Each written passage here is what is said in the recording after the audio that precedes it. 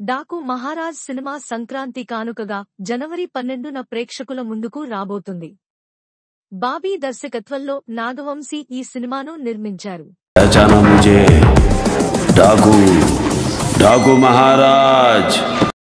Cinema విడుదల దగ్గరకొస్తున్న వేళ TR జై లవకుశ ఇష్యూ టీంని టెన్షన్ పెడుతుంది.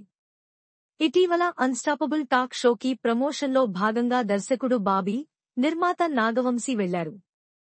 సినిమా గురించి పలు విషయాలను పంచుకున్నారు.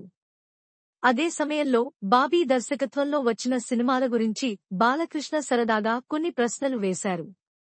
కానీ బాబీ దర్శకత్వంలోనే వచ్చిన ఎన్టీఆర్ జై లవకుశ గురించి బాలకృష్ణ ప్రశ్నించడం స్కిప్ చేశారు. అన్స్టాపబుల్ టాక్ షోలో బాలకృష్ణ జై లవకుశ సినిమాని స్కిప్ చేయడంపై ఎన్టీఆర్ అభిమానులు తీవ్ర అసహనం వ్యక్తం చేస్తున్నారు.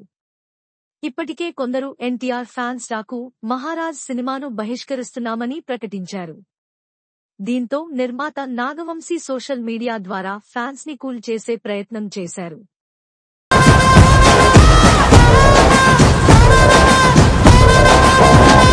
ఒక ఇంటర్వ్యూలో ఆ టాక్ షో ఆఫ్ రికార్డ్ సమయంలో బాలకృష్ణ గారు ఒక సన్నివేశం తీసుకుని తారక్ అందులో నటిస్తే బాగుంటుంది అన్నారు.